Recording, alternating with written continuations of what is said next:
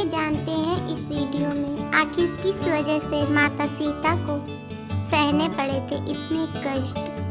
एक गर्भवती के श्राप के कारण सीता जी को सहना पड़ा था वियोग। सनातन धर्म के ग्रंथों में बताया गया है कि बुरे कर्मों का फल हमेशा बुरा ही मिलता है, चाहे वह इंसान हो या फिर ईश्वर।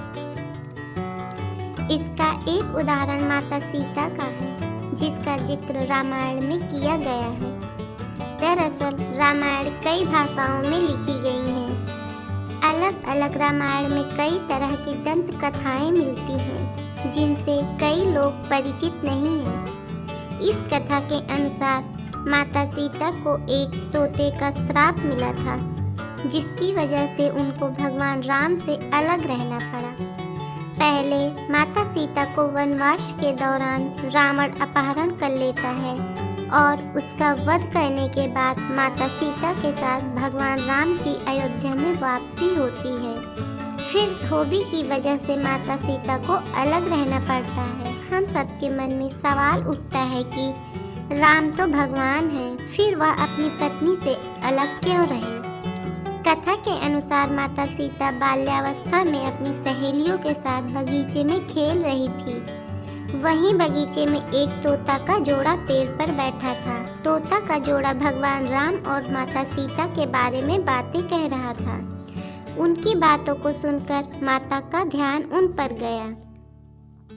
मादा तोता बोल रही थी कि अयोध्या के राजकुमार राम काफी प्रतापी राजा होंगे, उनसे माता सीता का विवाह होगा। तोते के मुख से भावी पति का नाम सुनकर माता सीता अचंभित हो गई। उन्हें अपने बारे में और जानने की इच्छा जागृत हुई, इसलिए उन्होंने अपनी सखियों से कहकर दोनों पक्षियों को पकड़ लिया।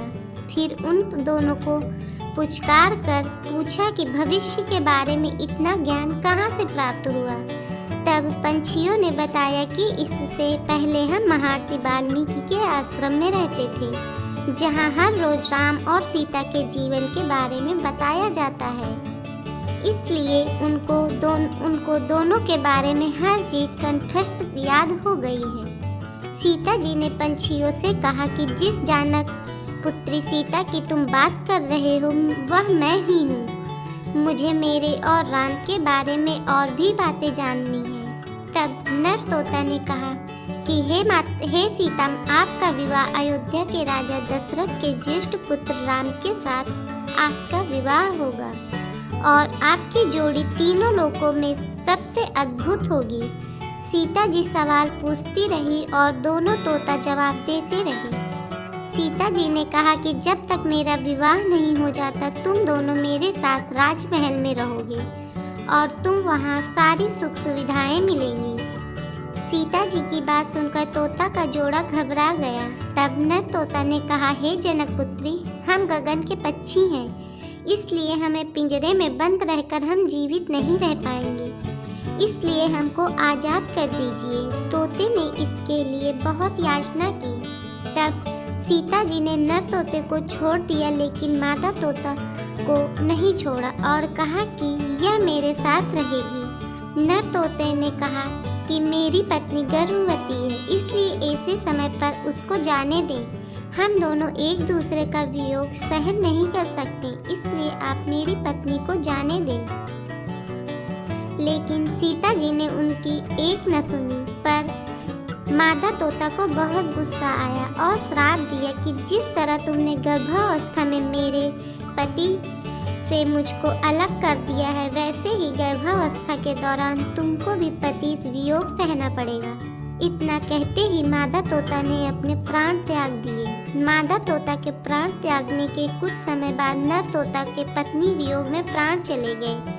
इससे माता सीता को बहुत दुख हुआ, लेकिन तब तक बहुत देर हो चुकी थी। बताया जाता है कि अगले जन्म में तोता वही धोबी था जिसने माता सीता के चरित्र पर उंगली उठाई थी, जिसके बाद भगवान राम ने सीता को गर्भावस्था के दौरान त्याग कर दिया था।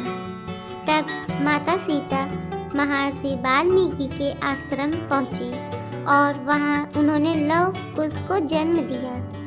आपको ये कहानी कैसी लगी हमें कमेंट में ज़रूर बताएं।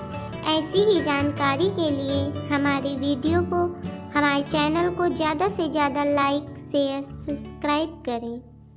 मिलते हैं एक नई जानकारी के साथ, एक नई वीडियो के साथ।